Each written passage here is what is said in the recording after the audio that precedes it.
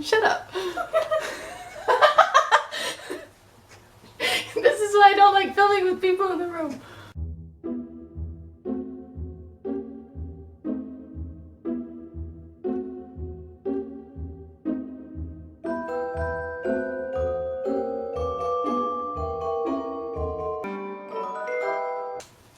Hey guys, so happy 12 days of Christmas.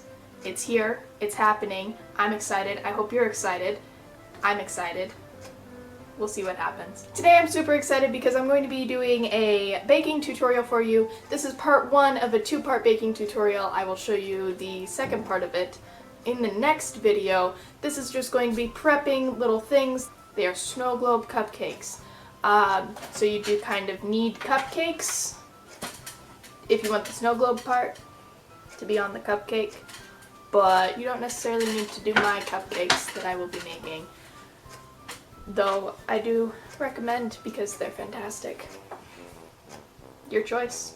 You live your life. Alright guys, so what you're going to need is some powdered gelatin, some styrofoam, some balloons, nonstick cooking spray like Pam, wooden skewers, and tape or string, which I forgot to, put in that picture. You need a 1/4 cup of gelatin, powdered gelatin. I did figure out that these little packets, you need 5 and it makes about a 1/4 cup, which, I mean, it's close enough. That works. And then 1/2 cup of water. You're going to whisk that around and it's going to turn into this really weird, gross looking nastiness. But that's what it's supposed to look like, so you're fine. So then you're gonna take some balloons.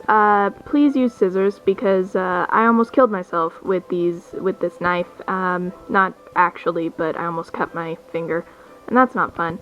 You're gonna blow up your balloons to the desired size. I blew mine up way too big, so they were actually in the end bigger than the cupcakes.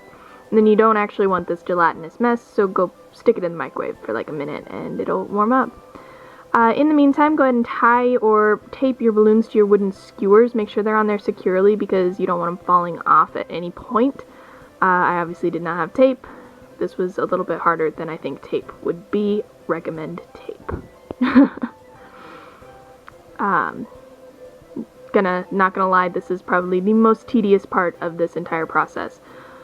Once you've done that, you're gonna spray your hands with the nonstick cooking spray and you're just gonna rub them all over the balloons.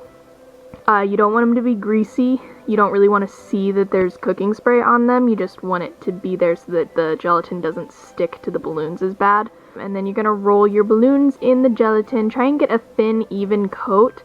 And I didn't go far enough down on the balloons. You want to go like almost all the way down to the little knobby at the end where you tied it off. That way you'll be able to have more malleability when you actually remove the globes in the end. As you can see, I was literally doing like half of it. So then you want to leave those for like 24 hours, or if you have a fan on them, you can do it for like 12, and then you're just gonna cut the balloon so that it pops, and then just kind of work it off. It'll let go on its own.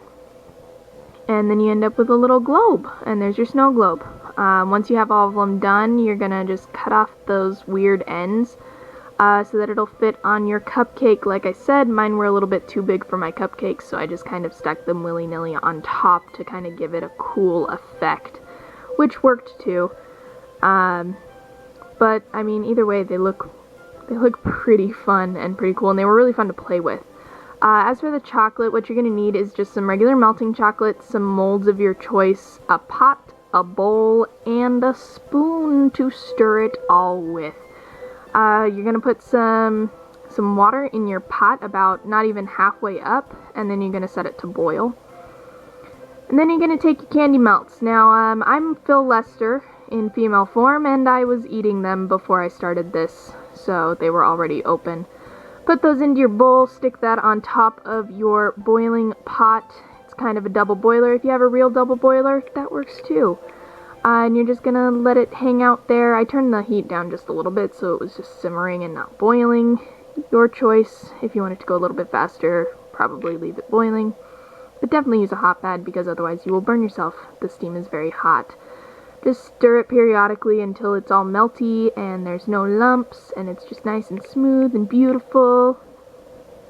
like that. It's so pretty. And then remove it from the heat. This is obviously red instead of blue because I didn't actually film myself putting the blue in. And you're just going to fill up your molds. Pretty straightforward. Just fill them up all the way and then tap it so that there's no air bubbles and it smooths out. And the next morning, you just pop them out of the molds. My dreidels kind of fell apart, so if you have breaking ones, just put some water on either end, stick them back together, and it kind of melts the chocolate so it sticks back together. So yeah, just pop out your chocolates, break off the edges a little bit so that they're nice and clean and uniform.